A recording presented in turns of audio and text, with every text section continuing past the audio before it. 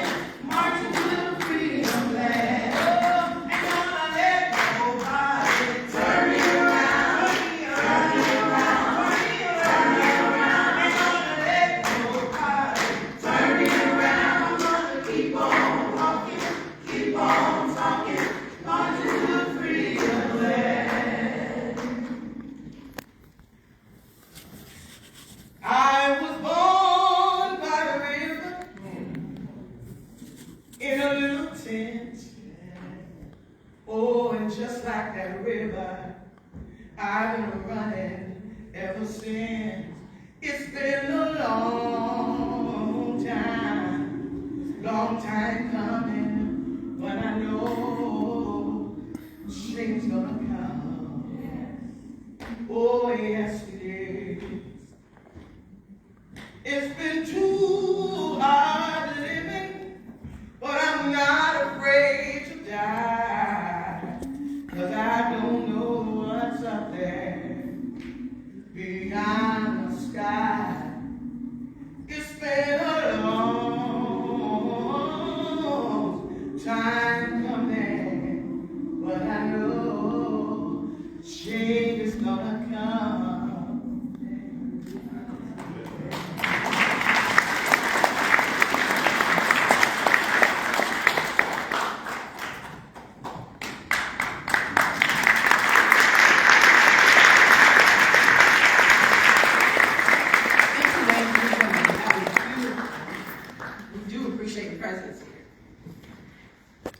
Again, I am Glenda Washington, and this is my sidekick. Pearl Newton. Dr. Pearl Newton. Thanks for joining us this evening. It's been 71 years, and we're proud to be able to celebrate the 74th anniversary. There are members of the 70th Coalition here, and we decided that, hey, we can't stop now. We continue to celebrate. It's been a landmark decision, and it benefited us all. So we're excited about today and today's message that Tim will deliver for us.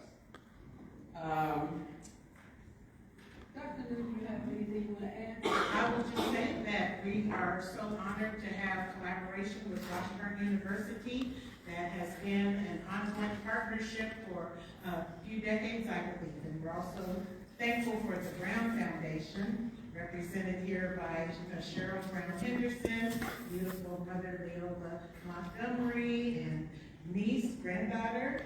And so this is a family legacy that has made Topeka known throughout the world. But yet, as Cheryl often tells us, it's not about one family. It's about all the children who have been impacted at that time and even today by this great decision. So would you like for me to introduce Dr. McClure? I will do that. So Dr. Bruce McTavish is here. He is representing Washburn University. He is also a member of the Brown Foundation, so please receive him.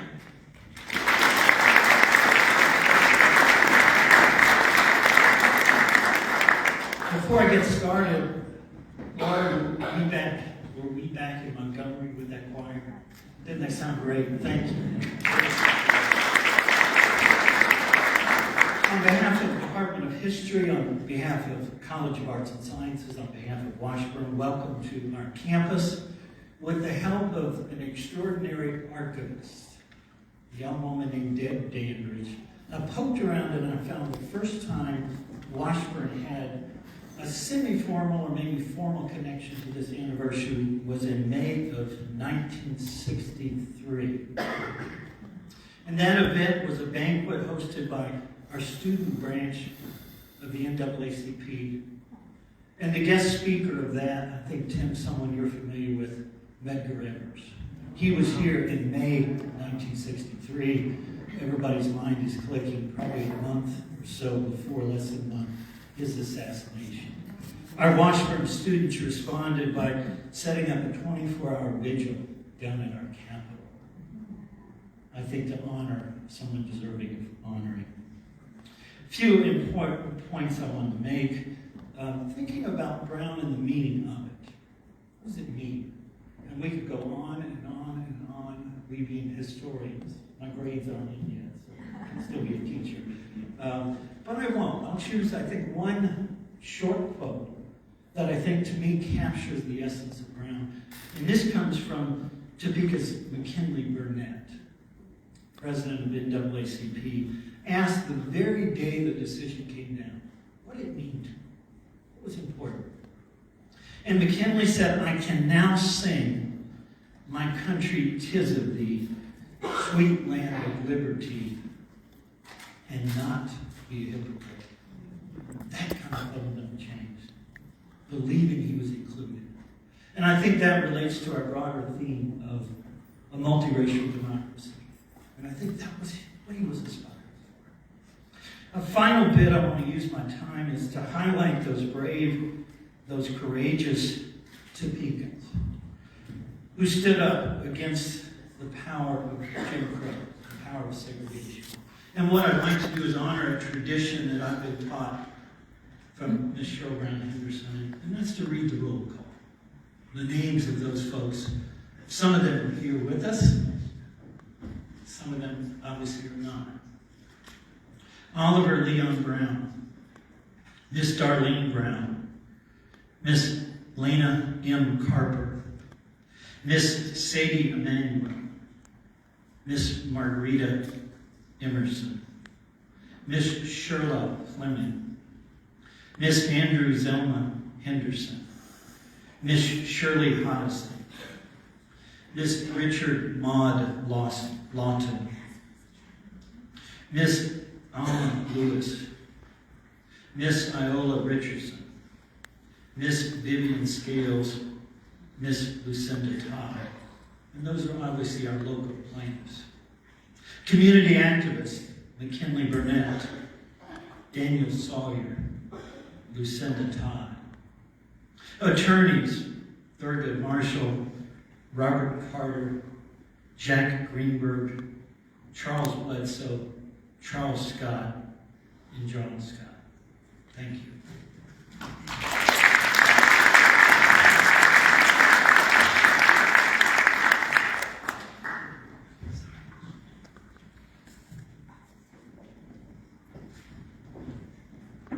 Thank you, Dr. McTavish, and we do appreciate that roll call, lest we forget. Sometimes we get caught up in current events, current people, current personalities, local and national, and we forget about those who paved the way for us to be where we are today, so thank you for that. We're very honored to have with us this afternoon a young man who I've known since he was a younger man, and not even a man, but we won't go into those stories, but he is a powerful presence in Kansas, and I would not be surprised within the next decade or so if he should not be the first African-American governor of the state of Kansas. And this City Attorney for Wyandotte County, Attorney Mark Dupree, Sr. He is also the first African-American president of the Kansas Bar Association. So,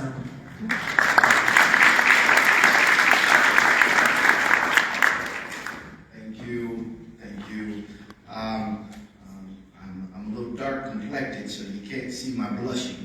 That you have me. It is a pleasure and an honor to be here before you. Thank you so much, Ms. Cheryl Brown Henderson, to the foundation for allowing me the opportunity to be a part of this. It is very special to me, and I'll tell you why in just one moment. Thank you to the committee and to the chairpersons and to all of those that are here, and they told me that I have a few minutes to talk. And for those of you who don't know me, I'm a Pentecostal preacher, so I just pushed start on my timer to help me, so I won't have too many closings for that's you. funny. And I'm excited to know that Tim Wise is going to really bless us. I will tell you, as I told Ms. Cheryl Brown Henderson, I have a graduation of a great niece to get to back in Kansas City. So when you talk about me, don't talk that I talked and walked out on you. I'm giving you notice, and yes, I am going to take a cookie on my way, but I'm giving you notice. And so I was in Washburn Law School, and I remember getting into Washburn Law School. I was surprised. I did not know that I was going to make it. Why? Because I had applied to 3 law schools, and every notice that I got, having graduated from Kansas or the University of Kansas, I was excited to go to school. I told my mother and father I wanted to go. I had a teacher, of course, his story would have it, told you, no, you're not smart enough, you're not wise enough, do not apply to law school. I said, I'm going to do this thing. I graduated, and I applied to Washburn and a couple other, and the first one I got said no. So I got on my knees and I started praying as them Pentecostal folks do, and I said, Lord, I need you to make a way. Got the second notice, and it said no. I said, now doggone it. And so then I called my mama and I called my daddy, and she said, and my daddy said, well, the prayers of the righteous still avail as much. We gonna pray. I said, well, I only got one more letter. She said, well, Jesus only needs one shot. I said, he better come on through. And within 48 hours, I received my last notice, and it came in the mail. And I remember distinctly sitting on my bed and looking at this letter saying, oh my gosh, I don't know what I'm going to do, because if they don't let me in school, my daddy said I can't come back home. So I called my mom and I put it on speakerphone, and I said, I'm opening the letter. And as I was opening, and they start praying, and as they was praying, I start reading, and it said, congratulations. I said, I don't care what's after that. I made it into law school.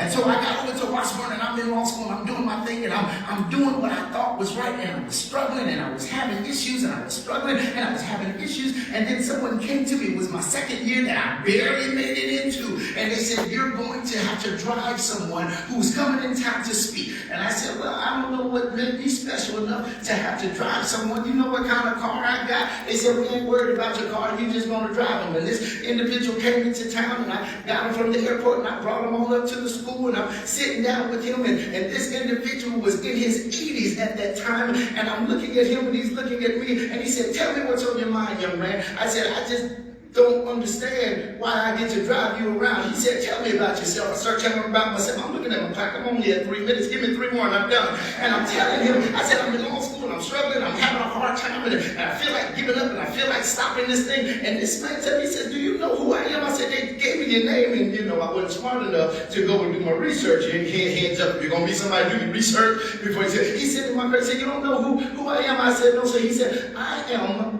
Judge Paul Brady. I am the first African-American federal administrative judge in the United States. He said, are you complaining about being in law school? Are you complaining about it being hard? Are you complaining about it being tough? I said, is this a rhetorical question? Because I don't. He said, here's the thing that I need you to understand. The only way that we are able to make a change in our country and in our community is if we push through hard times. It was from that conversation that as a second year in law school, not only did, yes, I succeed, but then he told me, he said, you don't just graduate, you don't just pass the grade, but you need to get involved. So I ran and I became the president of Washburn Law School. I called and talked to him, and his wife picked up. I didn't know who his wife was, but I had done research, so when she said it was Zernona Clay Brady. And I said, the founder of the Trumpet Awards. She said, yes. She said, are you still struggling? I said, I'm still struggling. She said, y'all come on on out here, you and your little girlfriend. She's my wife now. And we came on out there and we went and This learned guy's from great. them. And what they said to me is that Brown versus Board of Education was the very thing that encouraged Paul to get up and do something, because when he was young, he was able to watch in his auntie's basement as the wonderful lawyers who was fighting for Brown was studying, because if y'all didn't know, many of the lawyers, right, was from Washburn Law School. Here's what I learned from that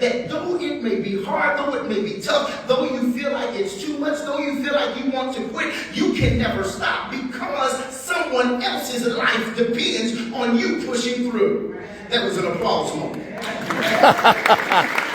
If he's a Republican, he's got my vote. So I pushed through, and it was his advice that says, now Dupree, since you have run and you have done this and you graduated, what are you going to do to make a difference? I said, well, I'm going to be a good defense lawyer. He said, yeah, you can be a good defense lawyer, but that ain't good enough. I said, whoa. I got enough money and I can take care of my wife. He said, that's not good enough, because God didn't put you in law school to graduate from law school to then go on and just make money and do nothing. He said, Brown versus Board of Education changed the world. It gave you the opportunity to get into law school. It gave you the opportunity to become a lawyer. It gave you, what are you going to do to give someone else the opportunity? And I sat and I thought, and I said, I need to get involved. Here's point number 2. You have to get involved inside the politics that we got a problem with. That was another applause moment. You see, we can't complain about the politics and the issues if we're not getting involved in it and doing something about it. So what did I do? The one who barely made it into law school, the one who pushed his way through, the one who got out and was making enough money, I decided that I had to run from office, because I saw the examples that someone else did that wasn't good enough to just read about it and celebrate it and thank God for it, but you have to keep on moving forward and moving equity forward and moving justice forward. So I ran and I pushed, and I was told, you can't do it, you won't do it, don't nobody know you, you don't have enough money, you don't have enough name. But unfortunately for them, they didn't know the God that I serve. I'm at 6 minutes and 24 seconds, 30 more seconds. Once I pushed and I ran and I was told by the establishment that you cannot do it, it's not your turn. And I ran for district attorney and I pushed past everybody, despite the racism, the discrimination, the lack of money. And I convinced the folks to get out there and vote. And now I stand as the first and only elected African American district attorney in the entire state of Maryland. I didn't do that because I thought I was so smart. I did that because foundation was laid with Brown versus Board of Education and for many before that. But we are here to say, don't stop celebrating what we're doing, but don't stop moving forward, because someone else is needing to be encouraged, inspired, and know that they too can do more for somebody else. God bless you. Hey, he did good. Mark Dupree Sr. Okay, y'all, I don't have that much energy. I just want to leave a cup full of He's them. going to get his cookie. Thank you so much, Mr. McClure. We appreciate you coming down and visiting with us today. I'll call your boys and make sure he doesn't get a ticket.